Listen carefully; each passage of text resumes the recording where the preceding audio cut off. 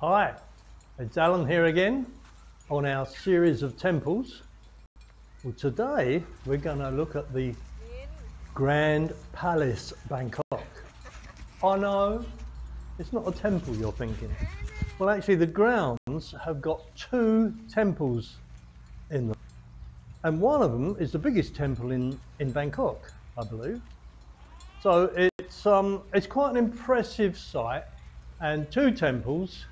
So I thought I'd include it. Can't really do a video on the palace alone because you're not even allowed in.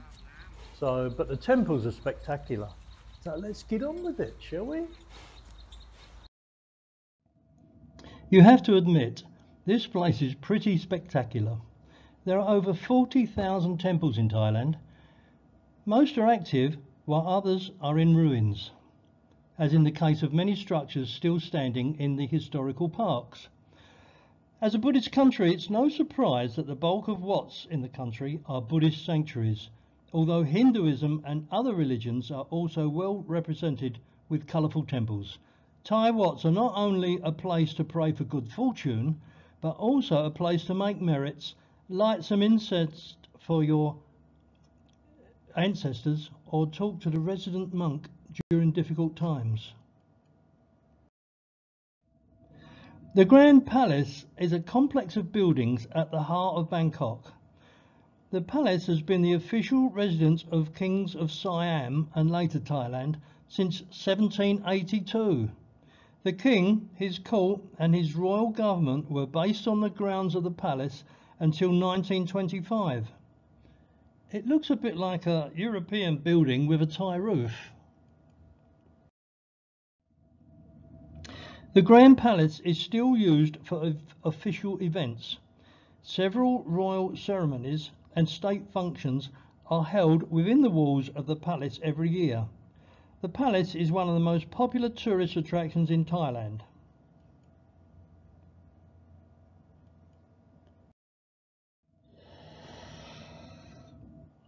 Construction of the palace began on the 6th of May 1782 at the order of King Rama I, founder of the Chakri dynasty, when he moved the capital city from Thonburi to Bangkok. Throughout successive reigns, many new buildings and structures were added, especially during the reign of King Rama V. By 1925, the king, the royal family and the government were no longer permanently settled at the palace and had moved to other residences. After the abolition of absolute monarchy in 1932, all government agencies completely moved out of the palace. Wat Po, one of the temples, is also known as the Temple of the Reclining Buddha. It is one of the two main temples in the grounds and is one of the largest temples in Bangkok.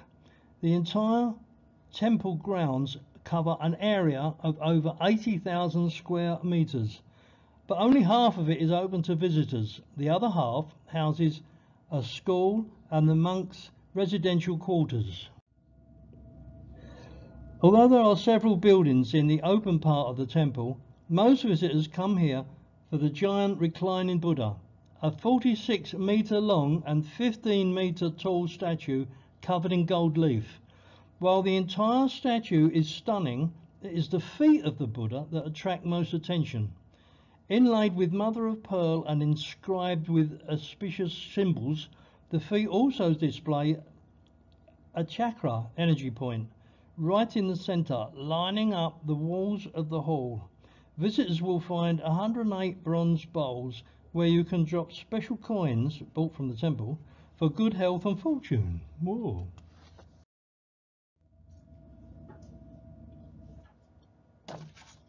Over 1,000 other Buddha images occupy the temple's courtyard and surrounding buildings.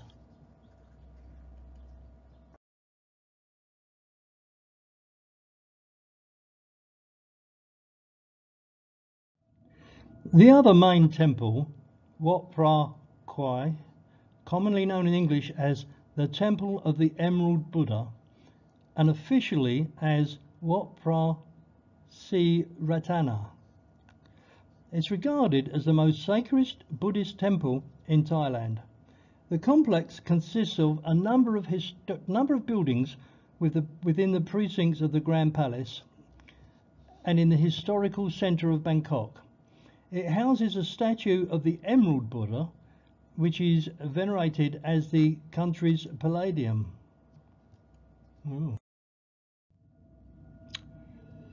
Construction of the temple began in 1783 under the orders of Rama I, the first king of the Chakri dynasty.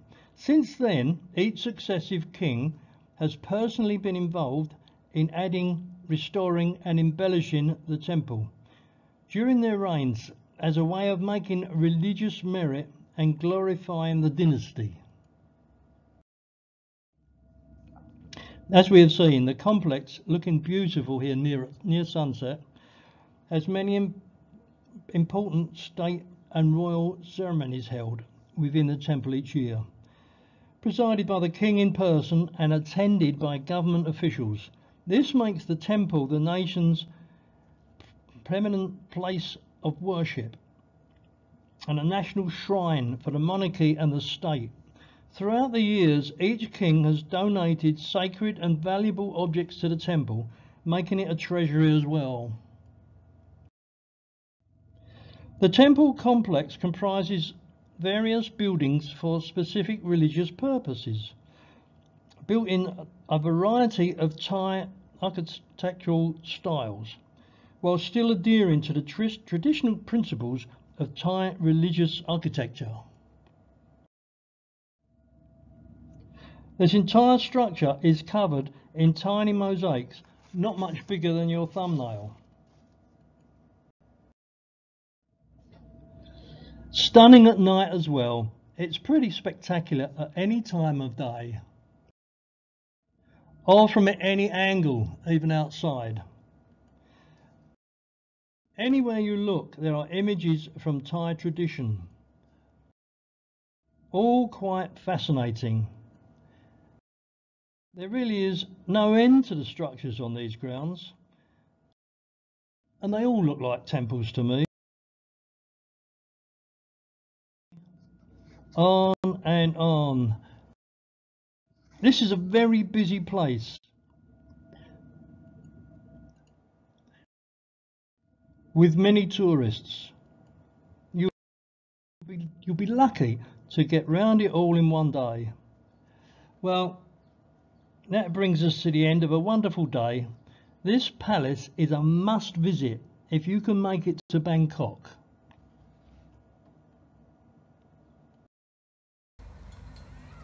Well, that was fascinating, wasn't it? I mean, these temples are amazing. They must put half the country's money into them. They're spectacular. But, you know, a good day out, that was definitely a good day out, and I do recommend it. But it's time to go now because it's getting dark soon, and the buffalo are going home. So I'll see you on the next one. Bye.